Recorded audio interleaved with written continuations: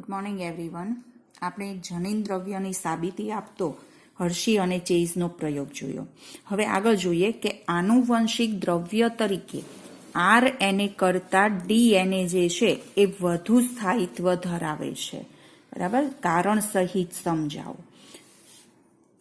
જોઈએ આપણે 3 માર્ક ક્વેશ્ચનમાં પૂછાય.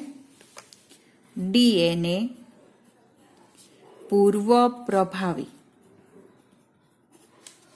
આનુવંશિક દ્રવ્ય છે.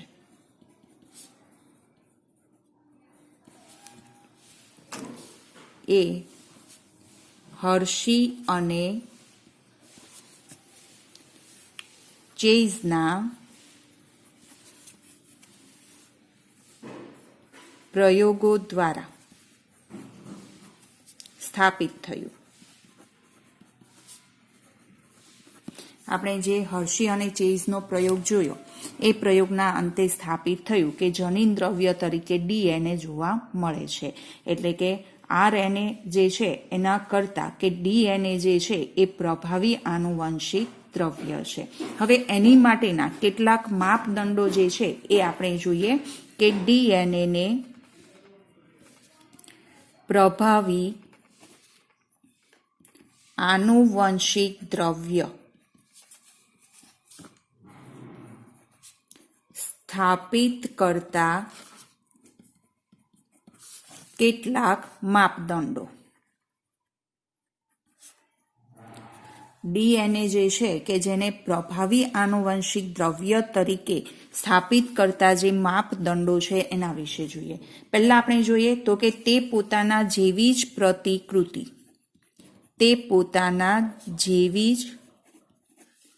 પ્રતિકૃતિ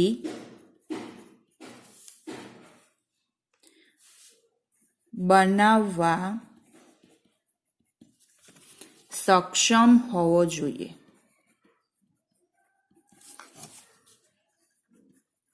બરાબર, કે તે પોતાના જેવી જ પ્રતિકૃતિ બનાવવામાં સક્ષમ હોવો જોઈએ. હવે DNA જે છે કે જે પોતાની પ્રતિકૃતિ તૈયાર કરી શકે છે, જ્યારે RNA જે છે એ કરી શકતું નથી. ત્યારબાદ તે રાસાયણિક રીતે અને રચનાત્મક રીતે સ્થાયી હોવું જોઈએ.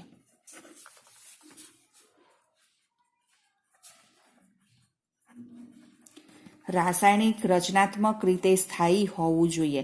આપણી ઉંમર વધે તેમ DNA ની રચના કંઈ બદલાઈ જાય છે, બરાબર, અથવા શારીરિક ક્રિયામાં પરિવર્તન થાય તો પણ DNA માં કંઈ ફેરફાર થાય છે, નથી થતું. એટલે કે સ્થાયીપણું હોવું જોઈએ. ત્યાર પછી જોઈએ ઉદ્વિકાસ માટે જરૂરી ધીમા ફેરફારો. ઉદ્વિકાસ માટે જરૂરી ધીમા ફેરફારો માટેની તક પૂરી પાડતું હોવું જોઈએ. ઉદ્વિકાસ માટેની તક પૂરી પાડતું હોવું જોઈએ. હવે જ્યારે કોષ વિભાજનની ક્રિયા થાય ત્યારે જે કંઈ પણ કે ક્રમ બદલાય છે અથવા તો જે વિકૃતિ છે કે જે ઉદ્વિકાસને પ્રેરતું હોય છે, મેન્ડેલિયન લક્ષણોના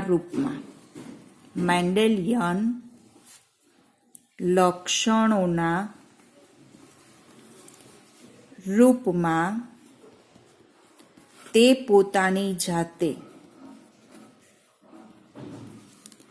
અભિવ્યક્ત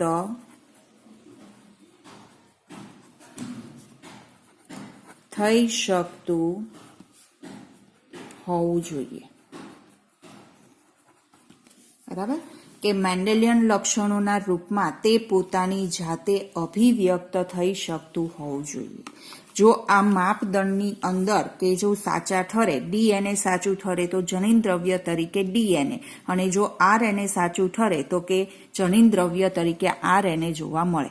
પણ કે આ જે માપદંડ રહેલા છે કે જેની અંદર DNA સાચું ઠરે છે, RNA માટે સાચા નથી. બરાબર છે. એ ઉપરાંત આપણે જોઈએ કે અહીંયા આપણે જોયું કે આનુવંશિક દ્રવ્ય જે છે એનું સ્થાયીપણું જરૂરી છે. આનુવંશિક પદાર્થનું સ્થાયીપણું જરૂરી છે. એટલે કે આનુવંશિક દ્રવ્ય જે છે એ બદલાવું જોઈએ નહીં, આપણું જે જીવન ચક્ર પૂર્ણ થાય ત્યાં સુધી. એટલે કે જીવન ચક્રની વિવિધ અવસ્થાઓ, ઉંમર અથવા સજીવની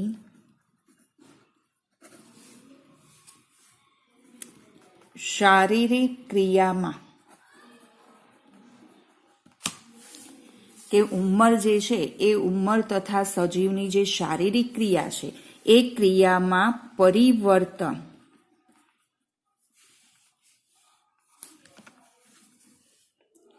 થાય છતાં તે અપરિવર્તનીય રહે છે.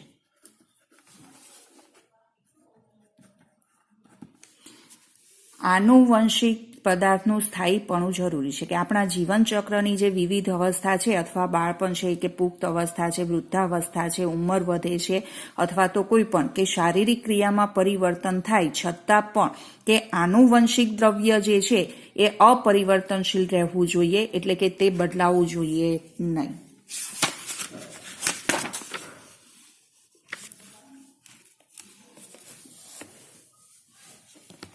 હવે આપણે જે સ્થાયીપણા વિશે જોયું એની માટેનો આપણે પ્રયોગ જોઈ ગયા, બરાબર છે.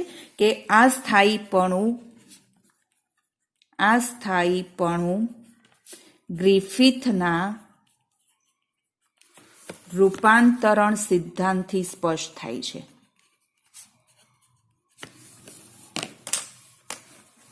રૂપાંતરણ સિદ્ધાંતથી સ્પષ્ટ થાય છે, જેમાં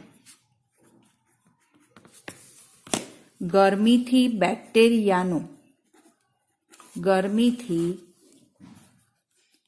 બેક્ટેરિયાનું મૃત્યુ થાય છે,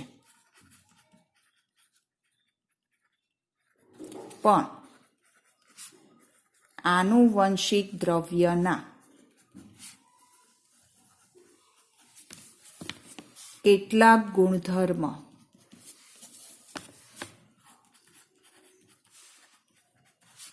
નષ્ટ થતા નથી. ગ્રિફિથ અસરની અંદર આપણે જોઈ ગયા, જે ચોથો પ્રયોગ જોયો હતો કે ગરમીથી મૃત કરેલા બેક્ટેરિયા પ્લસ કે જે જીવંત બિનઝેરી જે બેક્ટેરિયા હતા, બંનેનું મિશ્ર ઇન્જેક્શન આપ્યું હતું. હવે જે ઝેરી જાત હતી કે જે મૃત હતા છતાં પણ તેમાં ઝેરી દ્રવ્ય જે છે નિર્માણ કરવાનો જે એનો ગુણધર્મ હતો એ નષ્ટ થયો નહોતો, જેથી બિનઝેરી જાતની અંદર તે દાખલ થઈ અથવા આ સ્ટ્રેઇન પ્રકારના જે કંઈ પણ હતા એની અંદર દાખલ થઈ એને ઝેરી બનાવેલા હતા. એટલે કે સ્થાયીપણું જે છે કે જે રૂપાંતરણ સિદ્ધાંતથી સ્પષ્ટ થાય છે.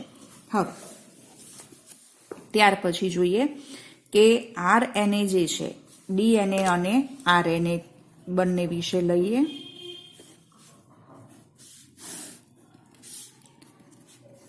ડીએનએ અને આરએનએ બંનેની જે કંઈ પણ લક્ષણો છે અથવા લાક્ષણિકતા જે છે એના વિશે આપણે જોતા જઈએ. ડીએનએની બંને શૃંખલાઓ ગરમીથી અલગ કરાય છે.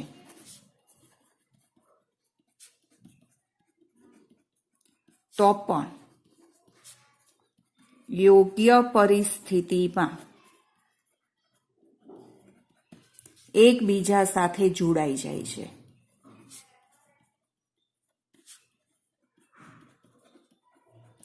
ડીએનએની બંને શૃંખલા ગરમીથી અલગ થાય પણ યોગ્ય પરિસ્થિતિમાં ફરી પાછી એકબીજા સાથે જોડાઈ જતી હોય છે. ડીએનએમાં યુરેસિલના સ્થાને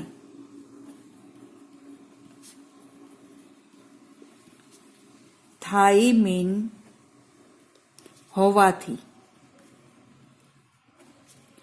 તેને વધુ સ્થાયિત્વ મળે છે. ડીએનએની રચનામાં એડેનિન સાથે કયો નાઇટ્રોજન બેઝ હોય છે? થાઇમિન હોય છે, જેથી વધુ સ્થાયિત્વ જોવા મળતું હોય છે. બરાબર છે. ત્યાર પછી આરએનએ વિશે આપણે જોઈએ તો કે આરએનએના પ્રત્યેક ન્યુક્લિયોટાઇડ પર આરએનએના પ્રત્યેક ન્યુક્લિયોટાઇડ પર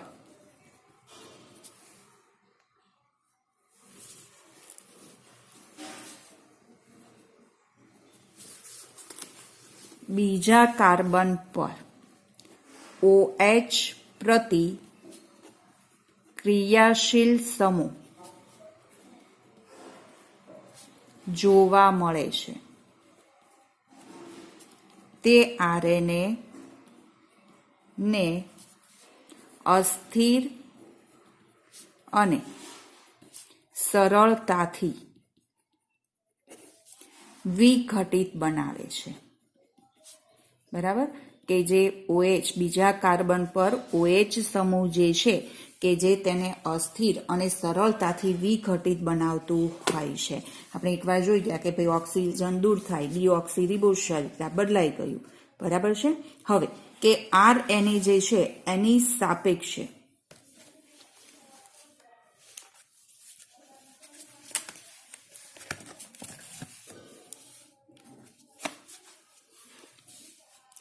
આરએનએની સાપેક્ષે ડીએનએ જે છે કે જે રાસાયણિક દ્રષ્ટિએ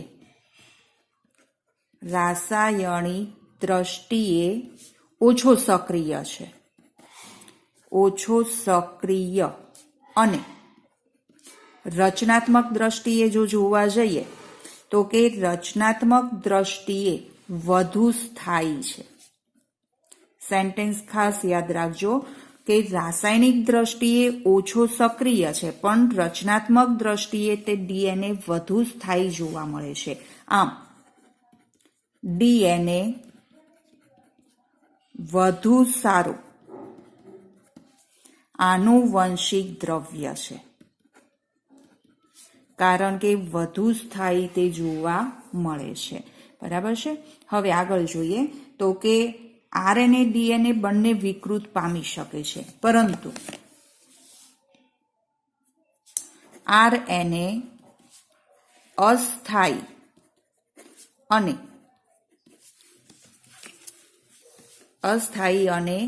ઝડપી વિકૃતિ પામે છે. આરએનએ ડીએનએ બંને વિકૃત પામી શકે છે, પરંતુ આરએનએ જે છે અસ્થાયી અને ઝડપી વિકૃતિ પામે છે. પરિણામે આરએનએ જીનોમ ટૂંકી જીવન અવધિ ધરાવતા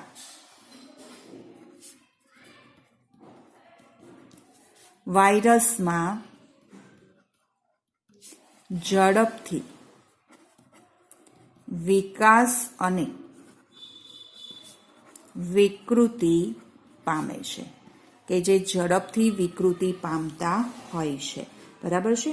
હવે કે પ્રોટીન સંશ્લેષણ માટે આરએનએ સીધો જ સંકેત કરે છે. જે એમઆરએનએ તૈયાર થયું છે કે જે પ્રોટીન સંશ્લેષણ માટેના સીધા જ સંકેત ધરાવતા હોય છે અને અભિવ્યક્ત કરે છે, કે જે સીધા જ સંકેત કરે છે, તેથી તે સરળતાથી લક્ષણો જે છે એને અભિવ્યક્ત કરતા હોય છે. જ્યારે ડીએનએ જે છે એ સીધું જ પ્રોટીન સંશ્લેષણ કરી શકતું નથી, પણ ડીએનએને પ્રોટીન સંશ્લેષણ માટે આરએનએ ઉપર આધાર રાખવો પડે છે. પ્રોટીન સંશ્લેષણ માટે ડીએનએમાંથી એમઆરએનએ તૈયાર થાય અને એમઆરએનએ દ્વારા પ્રોટીન સંશ્લેષણ થાય છે. એટલે ડીએનએ સીધું જ પ્રોટીન સંશ્લેષણ નથી કરી શકતું, પણ તેને આરએનએ ઉપર આધાર રાખવો પડતો હોય છે. બરાબર છે.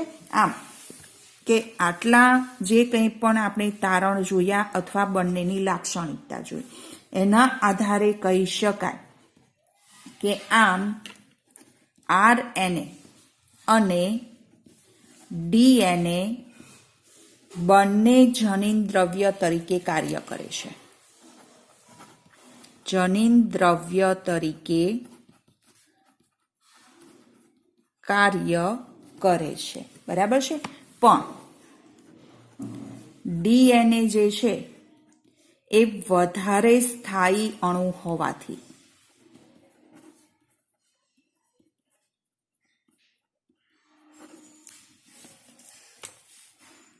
જનીનિક માહિતીના સંગ્રહ માટે વધુ પસંદગી પાત્ર છે. બરાબર છે. અને એ ઉપરાંત આપણે જોઈએ તો કે આરએનએ જે છે એ ક્યાં ઉપયોગી છે? તો કે આરએનએ જનીનિક માહિતીના સ્થળાંતરણ માટે વધુ યોગ્ય છે. કારણ કે ડીએનએ માંથી રિબોઝોમ સુધી જનીનિક માહિતીનું તે સ્થળાંતર કરે છે. પણ આજે આનુવંશિક દ્રવ્ય તરીકે આપણે જોવા જઈએ તો કે ડીએનએ પૂર્વ પ્રભાવી જનીન દ્રવ્ય છે અને વધુ સ્થાયી આનુવંશિક દ્રવ્ય જોવા મળે છે. બરાબર છે. એટલે ડીએનએ જે છે અથવા આનુવંશિક દ્રવ્ય તરીકે આરએનએ કરતા ડીએનએ વધુ સ્થાયિત્વ ધરાવે છે. સમજાવો. તો આટલી માહિતી તમારે તેની અંદર લખવાની રહેશે.